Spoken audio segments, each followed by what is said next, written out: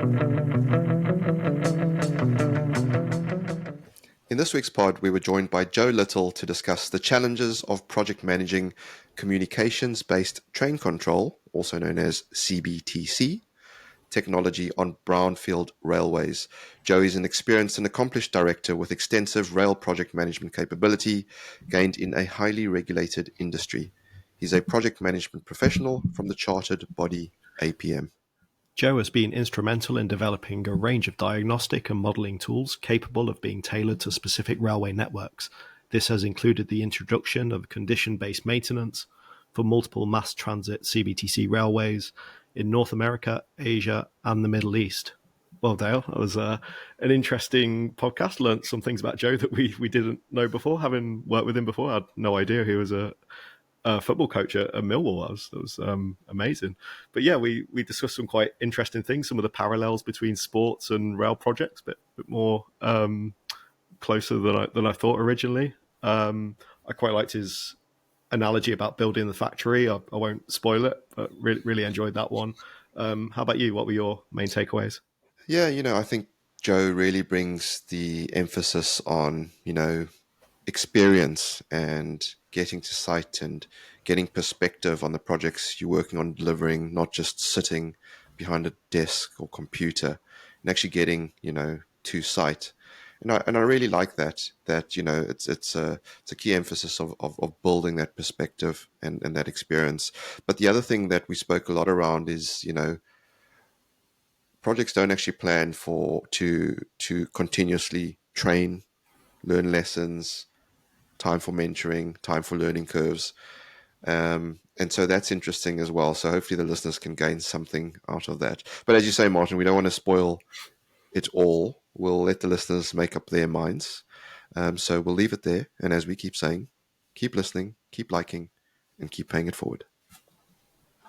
We understand construction. I think how we can help is identifying that risk up front and enabling the transparency that our tools bring to the table. Hello, project people, and welcome back to a brand new episode of the Project Chatter podcast. As you've probably guessed, no Val Matthews on this episode, but we do have Mr. Martin Carriston back in the saddle. Martin, how are you doing? Yep, good, thanks. Yeah, and yourself? Yeah, not too bad, not too bad. Do you know where Val is? No, I've no idea. He's missing in action again. So missing in action again.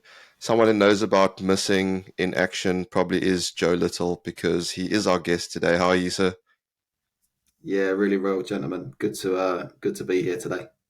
Yeah, no, it's our pleasure to have you. And I'm sure some of you'll touch on your coaching, your soccer, as the non-English call it, or the Americans call it, but football this side of the pond. Your football coaching days as well, where perhaps some players went missing in action. But before we get to that, we haven't actually settled on a topic, so to speak, but we know your background, but the listeners might not know who you are and what you do. Do you mind sort of giving us your origin story, sort of where you are today, maybe start there, and how you got to where you are today? Yeah, it would be a pleasure. It's not the most conventional of routes. So yeah, I'll start where I am today. So I'm currently director of a company called CBTC Systems, who's part of a bigger consultancy called CBTC LLP. So we've been delivering railway projects in CBTC for 35 years.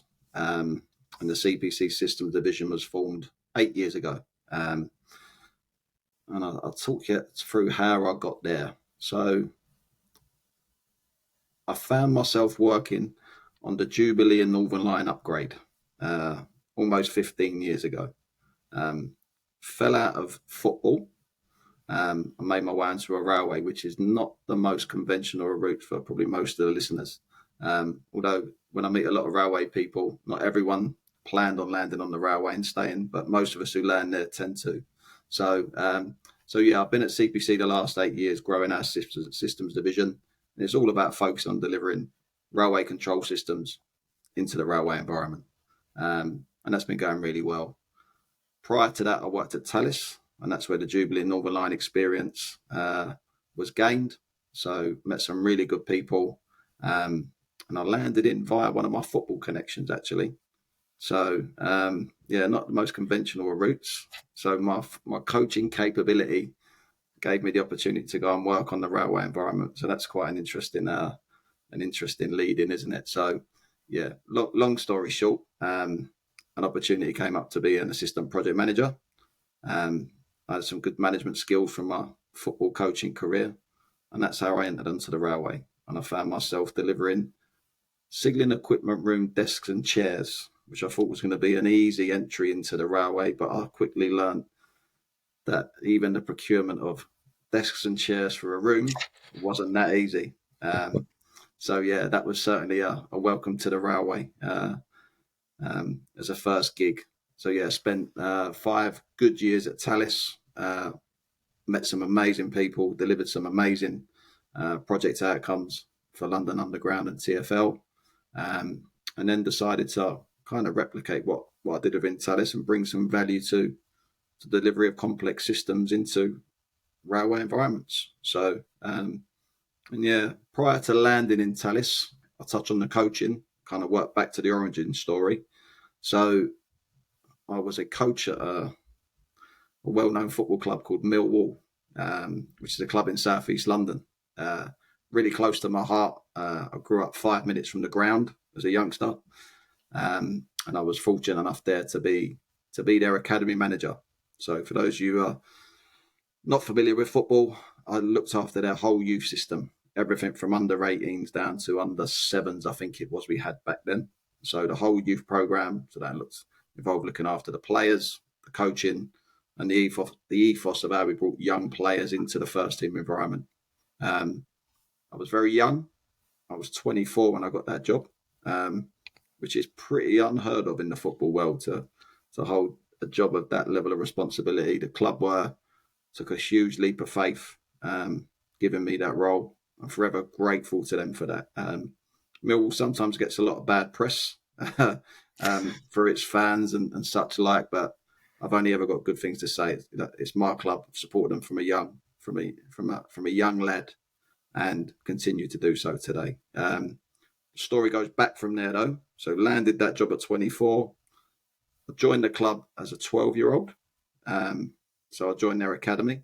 Well, back then it was called a Centre of Excellence. So I made my way through the youth systems, and I made my way into the under 18s, which was the youth team as it's known, and also played in the reserve team quite a bit. And I was really fortunate to play with some fantastic players, learn a lot about life, developing through that football pathway, and actually got to play with some great players. So in my youth team, probably the players who went on to do some amazing things were Tim Cahill, who no doubt about will be, so we're associated with from his Australian roots. And another top player was Stephen Reed, but many of the others went on to have good careers as well. So yeah, I was kind of steeped in that football history from a young age. Built some really good friendships. Some of those are long lasting, but obviously did develop some, I suppose, leadership capabilities in that as well, right? It's a tough environment being a young footballer in an elite environment like that. You have to have high standards. You have to know how to work with people in that team environment. And it kind of grew from there. I was unfortunate I got injured at 18 and I had to retire. Completely finished playing football at 18. And this is where, again, I go back to Millwall as a football club. I never really had a plan other than football. The club gave me a job in the academy, which allowed me to get huge amounts of hours of coaching experience. They supported me through university, where I went and done my sports science degree. And then I went into some teaching as well. So I got some classroom experience. I did a postgraduate certificate of education, which again was phenomenal experience for understanding people. And that's a huge bit of, if I look at my style in everyday life, it's about understand the people. If you can understand the people and how to get the best out of them, you can generally do great things. Managed to grow through that coaching pathway. I was pretty young. I was one of the youngest in Europe to get the UEFA A license. So I was 24 when I got that. People like, I did my A license with Dean Smith, who was I lose track of where he's been now. I think he was formerly at Leicester, wasn't he? Trying to keep them in the Premier League. and a couple of other good names who have gone on to do some good things in the coaching space. But yeah, so it was a journey into there. Spent 2 or 3 years in that senior role at Millwall, and then the opportunity came up to do something completely different. And it wasn't directly into rail, actually. There was another step along the journey. So I decided to go and trade oil futures in the city for a year. I always had a bit of an aspiration to do that. So tried that for a year. I wasn't very successful, hence how I landed in the railway. But yeah, no, it's been a phenomenal journey, and pleased to say, I wasn't sure at first when I landed in the railway industry whether it was going to be for me. But the amount of learning that I've managed to undertake since joining the rail industry, the support I've had from phenomenal people, and I'll kind of give a big shout out to a lot of people on it, really. So when I landed, I had no experience of railways. And I think the railway industry, one thing it's got some phenomenal mentors who give back more than other industries I've been involved in, actually. So I will add that. Well, so Joe, I mean, just listening to you there, I mean, myself, Martin, and Val actually have worked with you, for some time now. And just that little opening from you, I think we've learned quite a lot already. Every day is a school day. And there's so many places we could probably go with the conversation. Everything from, if we just went on football, I think I'd just leave you and Martin to chat, and that'll be, 2-3 hours worth of conversation. We could draw on the similarities between football and, sort of working in the rail industry. But I think just a couple of comments before we sort of go down whichever path we choose. I really agree with you. It resonates with me as well that the rail industry is quite a tight-knit industry and community.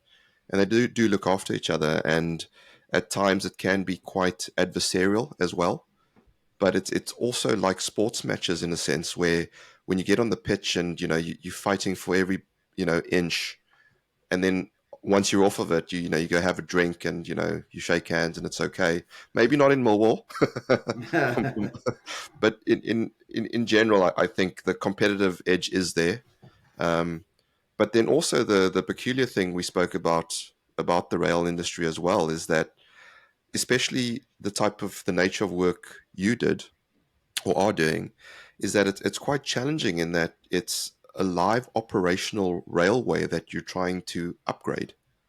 So I wonder if we perhaps start there, and then you could perhaps draw on some of the learnings and sort of from your coaching days from football that you've brought in to help deal with the various challenges you get, because I feel like they're quite appropriate. I mean, let's start off. What types of projects are you actually doing in the railway? Because there's lots you do in railway, or lots that railway projects can do, from laying track to nearly the last 15 maintenance, years, changing bogies, all the way through to constructing stations. What do you actually mainly project on manage? London Underground. I've been fortunate to look at some mainline stuff as well, but mainly on the metro environment. Main focus has been in the CBTC systems area, and putting them onto operational railways, as you say, and the huge challenges that come with implementing technology like that onto a railway that, let's be clear, you think on your first day when you come into the rail environment, making sure that railway stays operating safely and passengers can get where they need to get to is the fundamental of any railway environment, and you can't disrupt that. And if you need to disrupt it, you've got to have a really good reason why you're going to do so. So that's kind of day one when you land. You know that it's uncompromising. Those passengers need that railway open. You're providing a service, and to get that system in, you've got to be really bright in the solutions that you choose to bring them systems into operational use. And it's a constant challenge. You're always pulled between, in a project environment, you're looking at the most efficient way of delivering the schedule, the cost, but then you've got this huge interface, which is an operational railway, that you can't disrupt. So you're constantly fighting against those different factors. You want early delivery, you want to get it in under budget, but then you've got to protect that operational railway as well. You're looking at the huge challenges you face when delivering an operational upgrade to a live railway. If I compare it to my football experience, all I had to do in football was focus on those 3 points. Yeah, I never had that outside factor to consider. I never had to think about anything other than just focusing on my 3 points.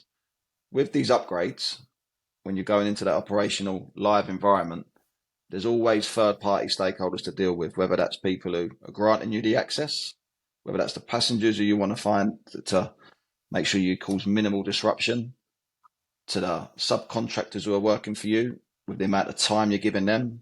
So the constant challenges we have is our subcontractors, if they're lucky, get 4 hours.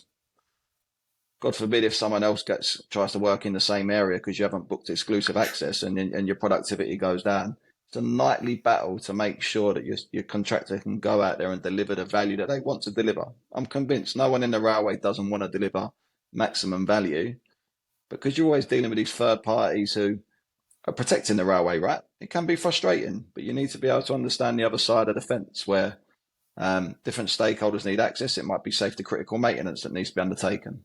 It might be other upgrades that are needed to enhance the railway operation. So you're constantly in this position where you're having to think about others. And despite those others being in the mix, still finding your way of delivering the value that you need to. So yeah, completely different to the football world. A lot more to think about. And it's, for me, in railways, it's used a lot, integration, but it's just interfaces. If you don't understand how you're going to operate with that interface so you can work together to deliver value, then you will struggle. You have to be really good at that people element to find ways through. And you look at it, I look at it as less competitive. I've been lucky, I've worked on the contractor side and the client side. You need to find the win-wins there. If the client doesn't get what they need at the end, then the upgrade's been for nothing. And unfortunately, in our industry, we've seen that a few times. And I think those ones that have failed, it comes down to the people being able to work together and find their way through some of the challenges that we've just described. So hugely important on any railway upgrade. Yeah, I'm with you there. And can you give, I guess, a bit of insight as to any tips and tricks and how you manage those interfaces, how you manage those relationships with those competing, I guess, priorities? So I've been really fortunate in my career on the big upgrades I've worked on. And I think this is overlooked. So we've been really fortunate. We've co-located with the client and the supplier. And I've been involved when that hasn't been the case. And I think it's used a lot, and sometimes it can come across a bit cheesy, this one team. It's hard to be one team when things get commercially difficult, as we all know on this call. We've been on the opposite side of the fences when there's been challenges. But if you're able to truly collaborate, work within the parameters of your contract, you always got to respect that, but find ways of making each other successful. That's what I feel. Again, I've been brought up some really good mentors on the supplier and the client side. And those mentors have always told me, you've got to look beyond just the contract. You've got to respect the contract and make sure you administer it. But the job won't be delivered just solely on how you administer that contract. You have to find solutions and win-wins that can help everyone be successful. And I think those skills and developing the relationships are huge for me. I would say I'll spend a large part of my day making sure the relationships are intact so that we can deliver. I'm not an email warrior, so a lot of the people who work with me will know I don't send huge amounts of emails. Most of my work is done in face-to-face meetings with people where possible, or I prefer those one-to-one engagements, whether it's on a Teams call, whether it's on the phone. I think because if you've got the amount of interfaces we have to deal with, having those relationships on hand where you can go and actually work your way through an issue, rather than with 10 people in the room where you never really resolve anything. One-to-one relationships with the empowered people are key. And that's probably one of the criticisms I've got in rail. I do note this, and I find it hugely frustrating in my day-to-day delivery. Sometimes I have to go through 3 or 4 people to get to the actual person who has to deliver, who's empowered to deliver. So one of the big things for me in rail, if we improve things, it's about getting the accountable people together in a room to find solutions. That's really, really important, because when you get to the cold face with the right people, there's not many things you can't work through in the railway environment. I believe there's always solutions to be found. So it's really important you get the right people together. and less meetings with some of the meetings we was in previously with 20 people around a table don't always deliver you the value that people anticipate they will. So close working relationships and the spirit to develop the right solutions is key. So in your role, you've had to try and build and lead high-performing teams, ultimately to get the job done to time, cost, quality, and whilst maintaining those relationships. Obviously, when you're working on projects, you have to make do with what you've got. You don't have the finances of a Pep Guardiola. You can't just pick and choose who you want. So what are the things that you look for when you come into a project and you're trying to develop some of these high performing teams, or what do you look for when you're trying to recruit into your team? It's a really good question. I think like any good football manager, before you go and recruit externally, you often find the majority of the right people are on your job already, but maybe they've been put into the wrong position. So I'm really big on finding those people who really understand the product. So in my world, the CBTC product's key. It's a bit of a challenge for us because the product experts are actually based in Canada. So that's where the design authority sits. But we've got some phenomenal people in the UK who understand the product.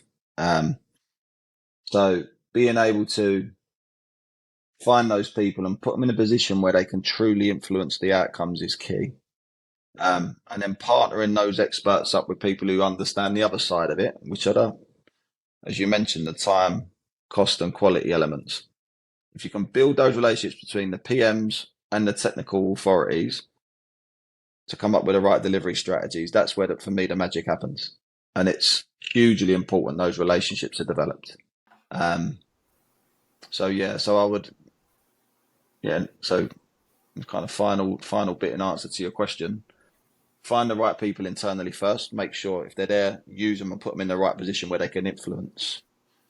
And then, for me, it's if you're going to bring in external people, making sure they've got the right competencies. And then the last bit of the answer I would say is go back to my experience. I'm only on this call with you today because there was a strong, and it wasn't a formal mentorship program. Yeah, it was informal. There was people who were giving back. So making sure you've got that right blend of experience and experienced people who are willing to give. Because those experienced people then, it propagates through the team. And if they mentor, and the best ones I've known have said they want to design themselves out of the process. So they keep loading up the team underneath them to give them the experiences to then replace them. I think we need more of that in the railway industry. I think most of the jobs I've been on, and I'm kind of one of the things I am probably most proud of, whoever I've worked with, I've always tried to make them better. I've made myself better in the process because that learning and mentorship cycle, it works for everyone. So whether you're the mentor giving or the person who's receiving the mentorship, both of you benefit by that experience. And I think we need more and more of that. And I'm noticing in probably a bit controversial. So listen, I sit here as a consultant, and we have a lot of contract staff in the industry. And some phenomenally competent people. But I think there's a responsibility to give back regardless of your contractual terms, let's call it. You should always be looking to whatever organisation you're working for, you should be able to walk out and go, actually, do you know what, I've improved their people. So, yeah, I'm quite passionate about that. And I think do you think that's something that companies can almost write into contracts, almost having when they are taking on consultants? You're paying a premium for that experience. Do you think they should be doing things like knowledge transfer? Is that it's really to incentivize it? Or it's really popular now. So any bid you go for these days, there is definitely criteria around that. And I think, it's becoming more mainstream. And I think it's fine just from the consultant perspective, but I think everyone on the project needs to be. I think anyone working on that project, there should be something written in which says, what are you doing to enhance the abilities of those around you? And I think, as I say, education's key on projects, certainly with the complex systems we deliver. And this is, if I walk into the office tomorrow there's someone sitting in that office who was exactly like I was when I joined the industry. They probably don't know the product. They don't know the constraints that they're going to be placed under, and they're thrown into the lines then to say, right, you need to deliver this in the next week. And that's what's key. So for me, if you've got a constant learning environment on your project, as the project evolves, people evolve, and for me, then that's the way you produce the future leaders. And I've been lucky enough that one of the people I've worked on have gone on to do some great things. So I think that's really, really important. Yeah, it's an interesting one as well, Joe. I'm almost the other way, where I challenge clients to say, if you have to write in to a contract that the consultant has to transfer knowledge as part of what they do, then you're using the wrong consultancy. Absolutely. Because a consultant should be doing that. They should, by their very nature, be going in and leaving and imparting knowledge and leaving whichever organization they're dealing with in a better state than which they found it, regardless of the type of engagement. So that's my challenge to clients, because often they don't ask for the right things from consultancies, in my view. But let's not go down that rabbit hole, I think. The one I do want to go down is the whole mentorship, and I guess also the future leaders that you brought up, because I think it's quite important, specifically in the current climate we're finding ourselves, where we talk a lot about AI and machine learning and all these, technology solutions out there today.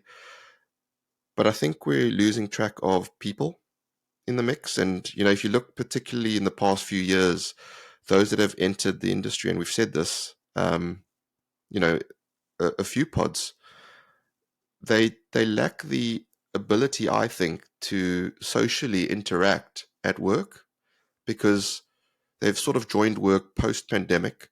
They don't fully appreciate, understand, what it's like to be, on site, in the office, having those challenging conversations, and it's okay. They've got the ability to hide behind a camera or turn it off.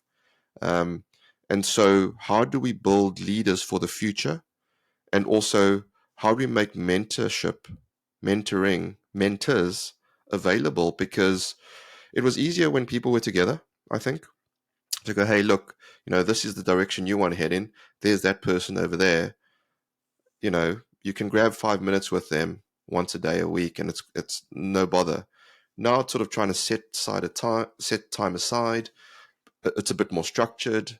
I don't know. What are your thoughts around that? Because we want to encourage people to come into the industry. We definitely need more leaders, giving people more experience faster.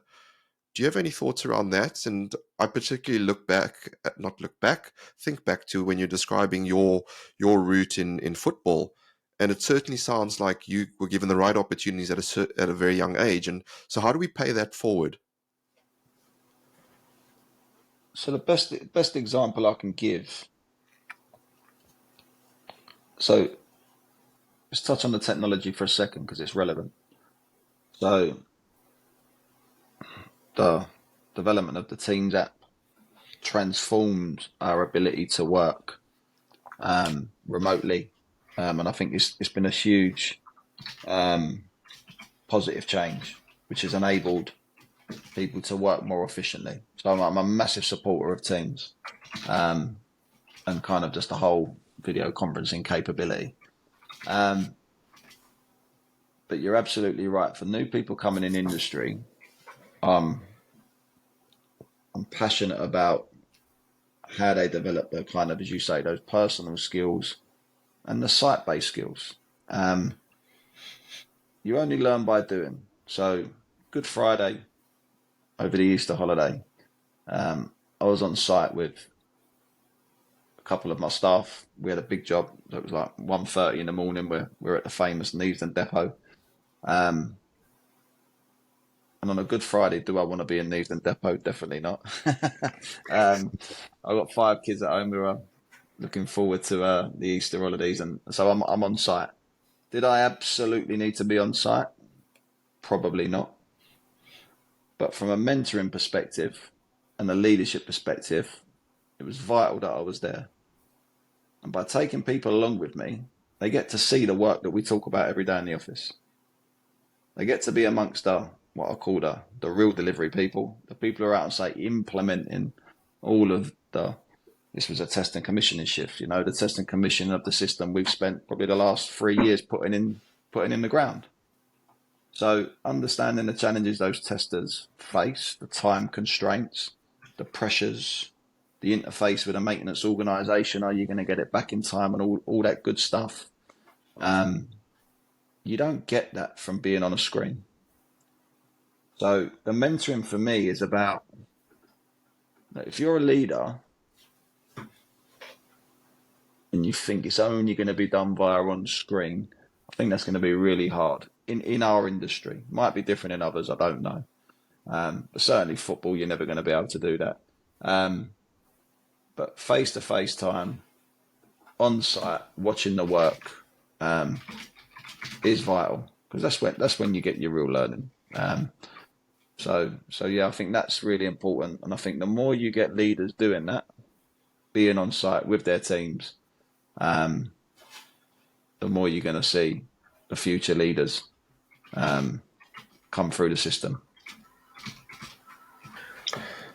So we had a guest on the other week, and he was talking about he's almost trying to create a project controls degree. He's almost saying that there is a lack of specific degree programs. I know there are project management degree programs out there, but if you were designing a program, you know, apprenticeship, a degree program for aspiring project managers, what would be your kind of curriculum? What would be your year one? Is it get them out on site? Is it learn the technical side of the job that you're going to do? Is it learn the specifics of project management? Like, what do you learn planning, how to do cost, all that kind of stuff? Like, where would you focus your attention first to get the most benefit if you were designing something like that?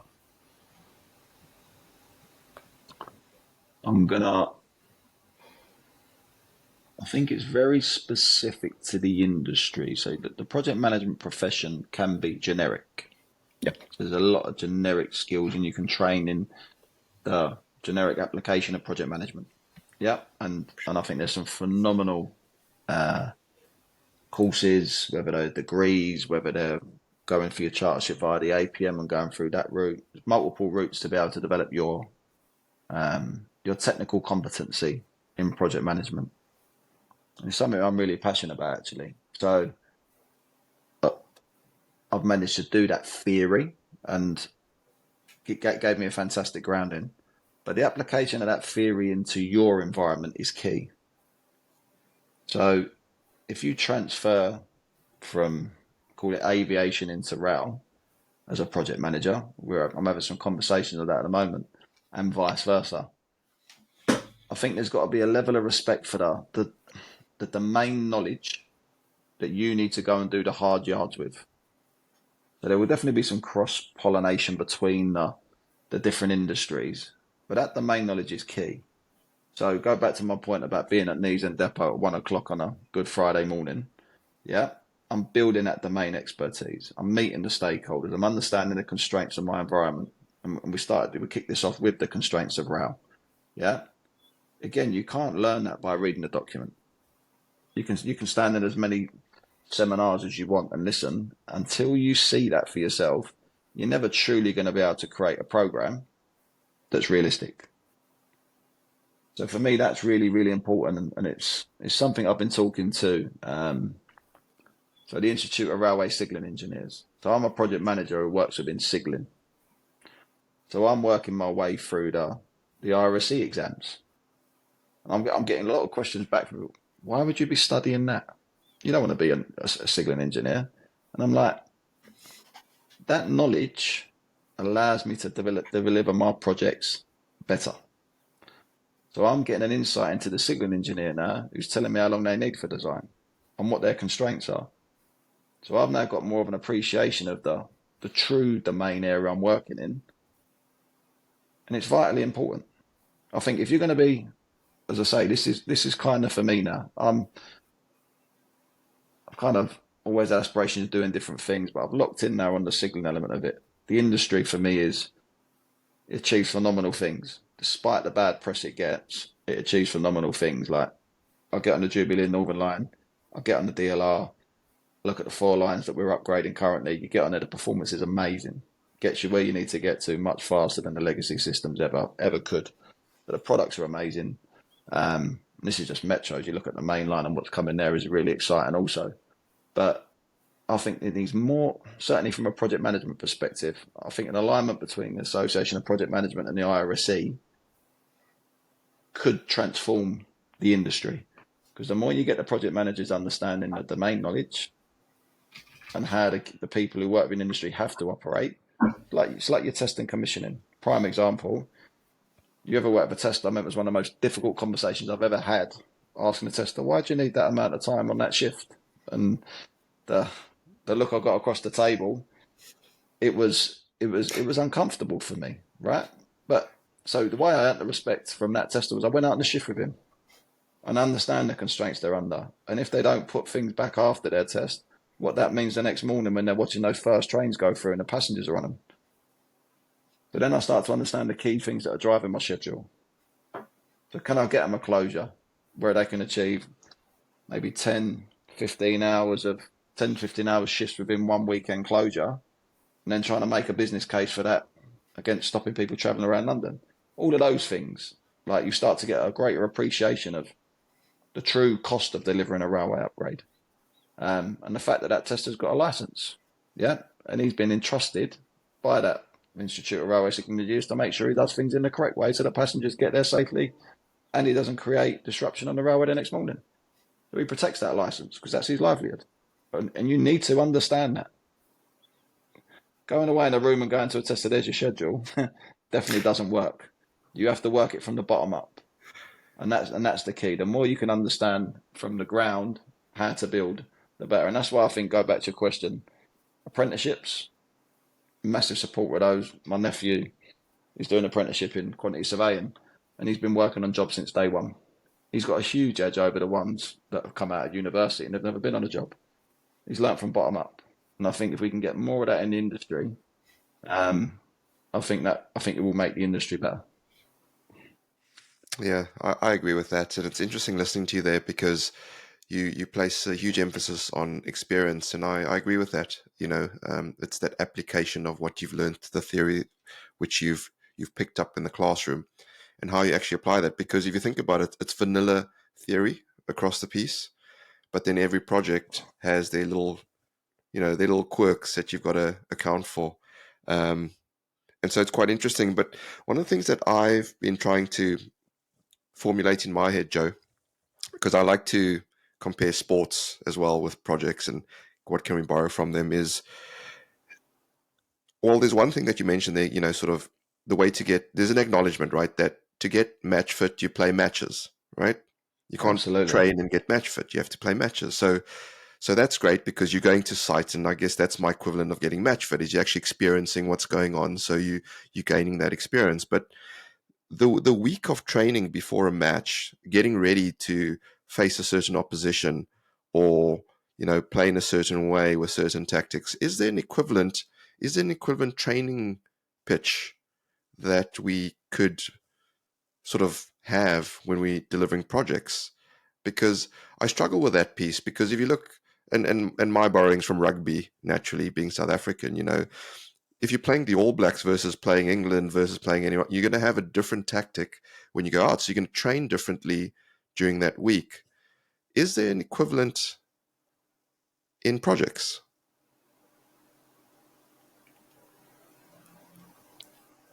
So the thing about projects, the training it's an interesting concept. So if I look at the rail industry, a football team's similar. It's a bit of a factory, isn't it? Yeah. So, and you're starting a factory with a project, right? It's not a BAU. Yeah. So when you go into a football club, rugby club, same principle. You want to implement your vision. Yeah. And I think you've got to start with the vision. How is it you want to play? So what are your strategies and your tactics? And how are you going to produce that output? So we've already spoke about recruitment, the right people, which is huge. But then I think you get into the processes, and I did a LinkedIn article on this actually a couple of years ago. So for me, you've got to build the factory first. So you listen, we've all worked in projects.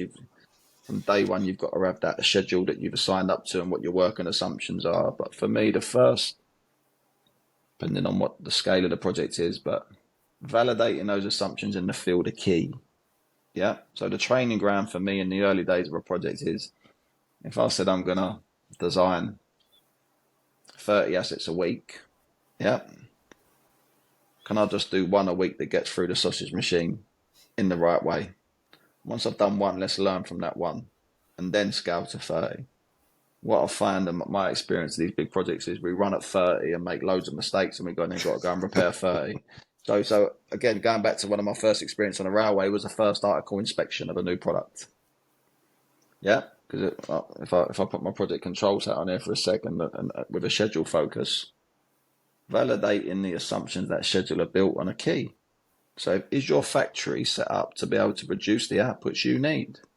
Do you understand all the bear traps along the way on that process where you're going to get caught? Where you're going to get a 10-day wait for someone to sign off a document which can take an hour because the contract says it takes 10 days. Understanding all those intricacies are key. So for me, the training ground, probably not the best analogy, but refining your skills, which is what you do in training, in our world is about understanding your factory and how you get, whether it's a design, whether it's a piece of kit you need to install, whether it's the test and commission element of it, are you truly understanding that process flow and all the bits, all the places where that process can get halted? Like we've been there, where you go through a lengthy process to agree a design with a maintainer and you get to the point it gets in the ground and then all of a sudden we don't like it and we change. So understanding those risks, mitigating those risks and having the strategies and tactics in place to deal with those are really important. But for me, if you build the factory and you're really hot on refining how that factory operates so you get a constant production line that's going to deliver you the output, that's where for me, hopefully I've explained it, where the training ground similarities are. And then for me, I'll give you an example from my career. I got dropped in to manage a design team. It was a civil and mechanical design team, part of the signaling upgrade. And we needed to get a phenomenal amount of assets out per week as a design output to feed an installation contractor that we'd subcontracted to. Most of the people who work with me laugh when I say this, but for me, it's all about requirements. We had new subsystems. We didn't understand the subsystem. We didn't understand the requirements of how to place that asset in the environment and how to consider the brownfield environment we was going into. So we were having to hang antennas on tunnel crowns, which is a no-no with the asset engineers, the civil people. We had to go through all that approval process. So I've got a factory that says I'm going to produce 50 a week. I haven't even got it signed off to do one at the moment. So from day one, I'm losing.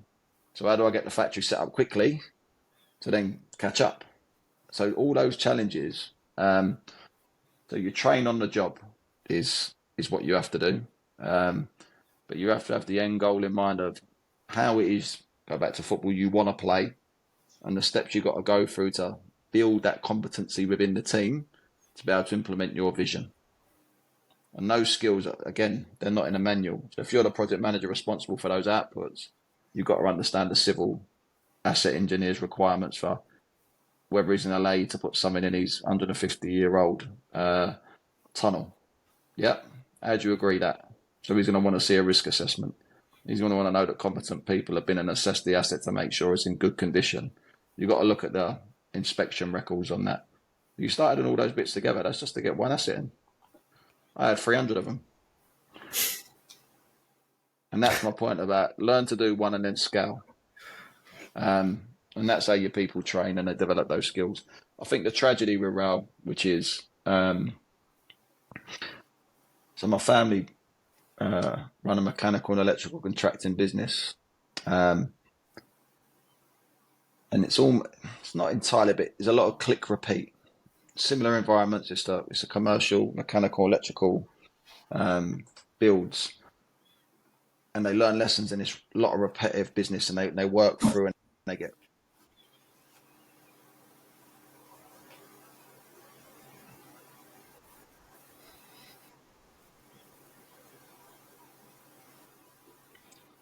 We back on? So we hone those skills in RAL, and where's the next job? I think you get these big, huge major projects, the job finishes, and then all the skill sets are lost. And then you might get lucky and find another job similar if there's the funding environment available in the country you're in for that. So the big project we're on at the moment, you've got a huge volume of resources to develop some really unique skills. Is there going to be work for the contractor post that? So truly the lessons can be learned and we can build better in the future. I think in RAL it's boom and bust, just the nature of the environment. So yeah, where other industries I think benefit from the continuous lessons learned and the progress, I think we take huge strides forward and then we fall off the edge of a cliff and have to start again. And I don't think that can be underestimated. It's a huge challenge.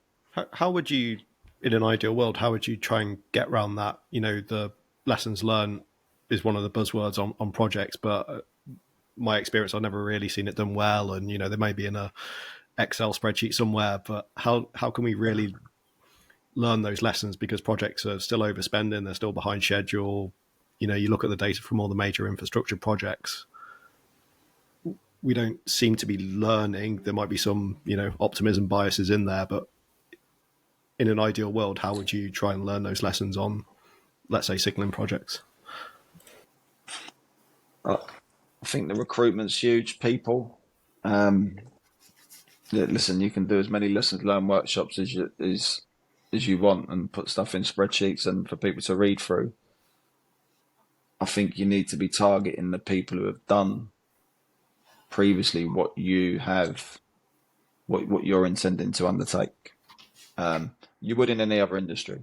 You'd go and get the subject matter experts and make sure they're working on your job. And then what you would do, you'd have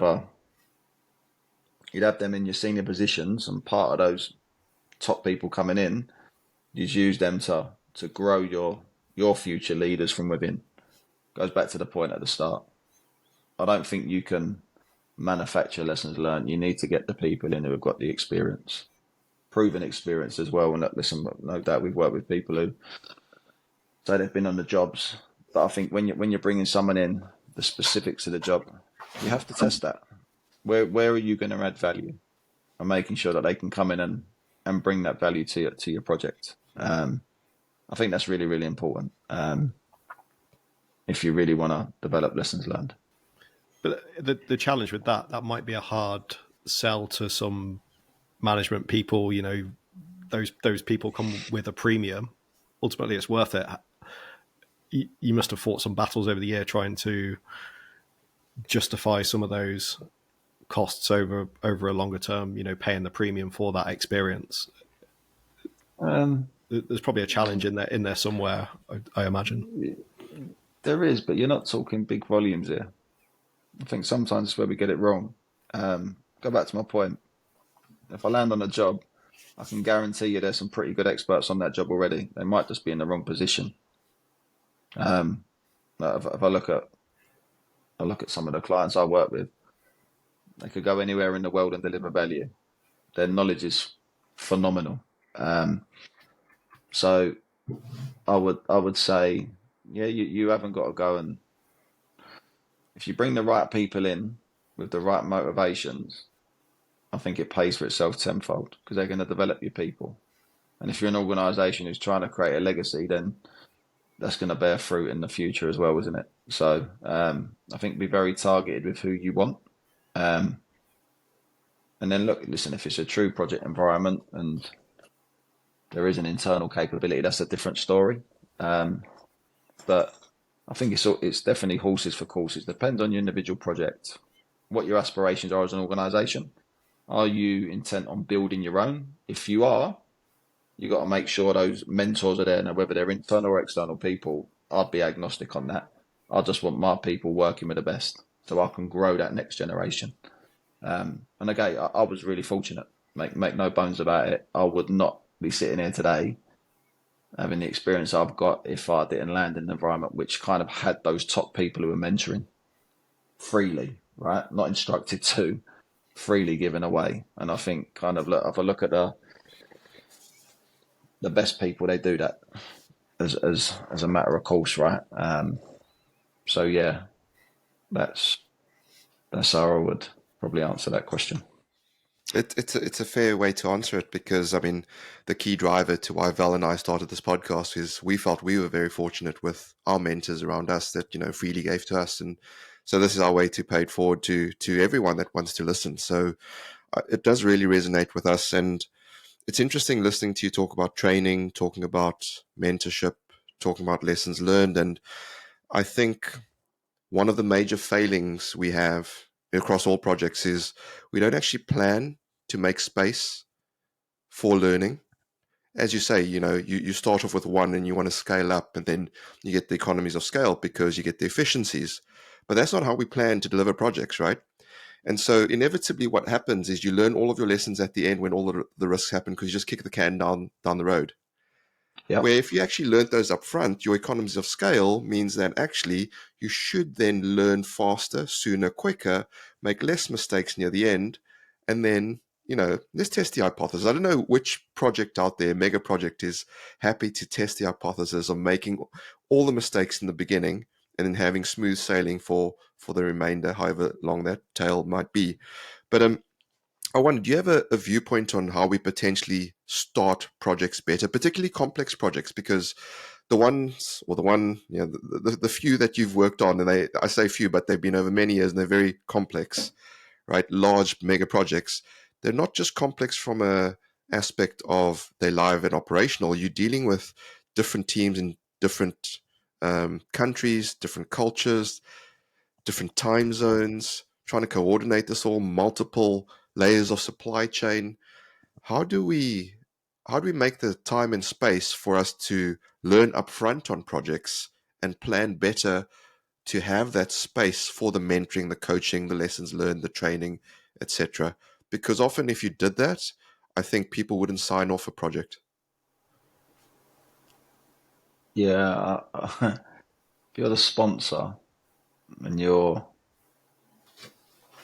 getting people to buy into you, you're going to make mistakes at the start. It's a hard thing to do, isn't it? People have bought the shiny new toy and they're trusting their contractor to get it in exactly as they said they would. Most of the time underestimating the help the contractor needs. Yeah, understand that you're part of it because it's an operational environment and all that good stuff. I'm just obsessed in this factory analogy. Yeah, for me, so one of my big focuses I would be looking at is if I put my client hat on for a second, like kind of the role I'm doing at the moment, I want to work with that supplier, and I want the transparency and the openness for them to fail and be confident failing at the start, so we can help get that factory working at the rate we need to. So I would having a huge emphasis on the start around failing early. If you fail early, you're going to stand up and be better in the future. A bit like footballers when they're young. If you don't encourage them to fail, yeah, they grow up playing with fear, and they will never try and they'll never develop the skills to be truly great. So I think you've got to get some time into fail quite early in projects and invest. And I say this, you've got an early phase R&D in our world, because the application into the whatever railway environment it is going to be different, certainly in metros, wherever you go. You might have a client where you can, some parts of the world where you can shut the railway and do what you want and it's plain sailing. If you're coming into a live metro environment, which is travelling, pushing millions of people around the railway every day, you're not going to get that luxury. So you've got to find a way of creating a factory to be successful within that environment. And then once you get good at that, we did it. You know, that one of the first jobs I got was delivering signal sighting on London Underground. Huge challenge. Engaging with the train operators to get their buy-in to the end state design, because it's vital that they can obviously see what you're putting up there is safety critical. Trying to install these assets, design and install them within existing railway furniture that's all around, and getting the sight lines, phenomenally difficult interface. And kind of when I took over, it was in a little bit of disarray, and again, I built good relationships, and we started going through that factory. Let's get the first one. We had a big challenge with Canada. You know, if we couldn't put the asset where this is the design authority, if we couldn't put the asset where they wanted it, it could take a week to get a response about what tolerances did I have. So it was actually, let's get Canada on a bit of a daily 15-minute, like, this is what's come across. Can you give us a rule that works in 80% of the circumstances that I can apply without coming back to you? Actually, that makes sense. And you start building those and finding those quick wins so you can get 80% of the queries out without even having to go back because you've agreed a tolerance rule. We had it with other approvals from the client, and I was on the supplier side. If I've got, I'm taking out a gauge structure and I'm going to use that with a competent person who you've deemed competent, do I have to wait 10 days for you to turn around a clearance form for me? Can you give delegated authority to that person who's competent to take the track gauge to site and allow us to accelerate? And we got that concession signed off because we demonstrated a safe system of work with competent people who could do it. But all these marginal gains were huge for us. And that's my point about the factory. Build it and then optimize it. And by the end of it, you can get really, really good at it. And the best thing for me is when no one talks about your sub-project within the bigger program, because I've just had the same thing with Signal Sighting. Not many people talk about it anymore because it's just become that factory.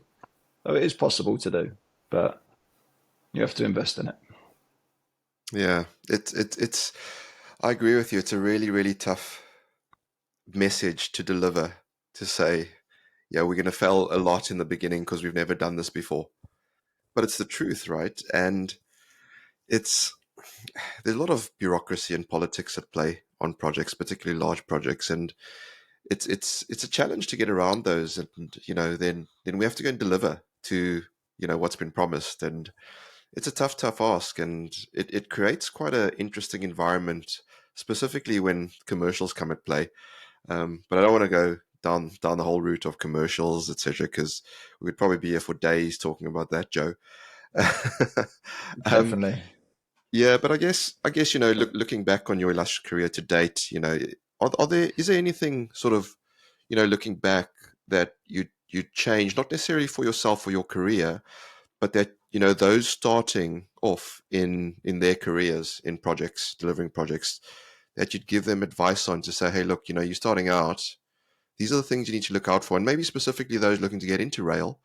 What are you shared a lot about going to site and that, and how to sort of apply what you're doing, gaining experience. But are there any specifics that you think, looking back at your own career, that you'd say, get this done and get this done now, fail fast now on these particular aspects, because that will be the foundation of what you build your career on? Yeah, I think, and I think it's for the person coming in and the people that are managing that person. So assistant project managers, great example. Mm-hmm. If all you're doing is getting an assistant project manager to do your minutes and your admin, you're doing a huge disservice to yourself and that assistant project manager. And again, I go back to how I was really fortunate. So the minute I landed, I got given scope. It was a tiny bit of scope. It was the SER desk and chairs, the signal and equipment room desks and chairs. And I was kind of dropped in the deep end with a little bit of mentoring to say, go and procure those. Yeah. And I had to develop my schedule, my cost. I had to consider the assurance that went around it. I got real scope very early in my career, which I had to learn fast, and I had to make mistakes. I'll never forget it. The first article inspection, I was like, what's that? Well, the client wants to go to the factory and have a look at the desk that you just spent it was an obscene amount of money developing from. And I was like, and then it was like, okay, so we booked the first article inspection, and then the client was like, I need my travel paid for. I've got a 30-day, I've got to apply for the cost, the travel cost 20 or 30 days in advance of the travel, and I'm now like a week out. What do I do? Like all of those, that's failing early, right? And understanding all the requirements of all the different people in your mini bit of scope that you need to deliver. So I think it's the sooner you get something tangible to deliver, and experienced the pain of it. I had a young APM who worked for us, and we gave him a small bit of scope, which was emergency stop plungers on the platforms, and yeah, he went from taking minutes to actually now having a real milestone that he needed to deliver, that was supporting one of our big commissionings. And there's nothing like when you get something you're accountable, that people are relying on you to deliver, that transforms you as a person. And I think that's where you then start to build that career. And whether that's in kind of, if I look at the unbelievable work you guys do, right? When you know that first report that's on you that needs to be out for those seniors, and the heat is on, right, and you got the function's not giving you the outputs when you need them, and you're chasing you up too late. Listen, that's, if you don't like that stuff, don't work in projects, right? So you've got to get used to that environment. But yeah, listen, accountability early. If you're new in the industry, volunteer for everything. Go and learn as much as you can about it, and take on responsibility. Because I've got a kind of good saying. It's like, you never lose, you learn. Right? Yeah. That's all it is, right? It's all learning. So yeah, put yourself in the firing line early and fail quickly and learn. If you knew someone who wanted to come into the railway industry, didn't quite know what they wanted to do in life, would you recommend university, or would you go straight into an apprenticeship, or just go straight into work? Obviously, it depends. I know university depends on what you want to do, but if kind of railway, maybe a bit of project management, what they might want to do. I think there's some phenomenal organisations now that have got great apprenticeship graduate schemes. I know a lot of the top people I've worked with have come through those graduate schemes and apprenticeship schemes. So listen, the cost of, I've got 5 kids, and looking at the cost of university. Listen, it's obscene, right? Shouldn't have got injured, Joe. Definitely shouldn't have got injured. Yeah, it would have been a lot easier then. But no, look, the cost of it for me now is huge, and you're going to be saddled with debt. And that if you can go in and learn your trade whilst you're getting your qualifications. Again, I look at my nephews doing some phenomenal things at Mace. He's a young QS, and he's managed to develop the experience alongside. I think he just got a 2-1 in his degree. So if I compare him to some of his mates who he grew up with, they've just come out of uni and they haven't got the experience. So yeah, I'm massive on learning your trade with an organisation, developing the qualifications alongside that. I think is the best way to do it. Awesome. Joe, I've got, I guess, one more before we head towards the end of the pod for you. Who's going to win the Women's 2023 World Cup? So England, haven't I? England. Let's hope it's England. It's phenomenal how the women's game's developed, right? And the standard of play now is exceptional. So yeah, I'll be looking forward to watching that. Fantastic. Look, before we let you go, we do have a feature which we haven't done for some time, but we have Machine Gun Martin back on this episode, who's prepared Fiverr. It's a quick-fire pop quiz for you. So, Martin, are you ready to take Joe through his paces? Yeah, let's give it a go. Okay, number 1. What's your one piece of advice for people new to the project profession?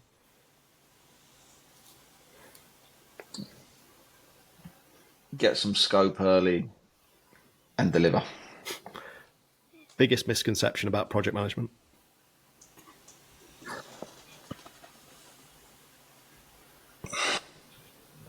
Good question.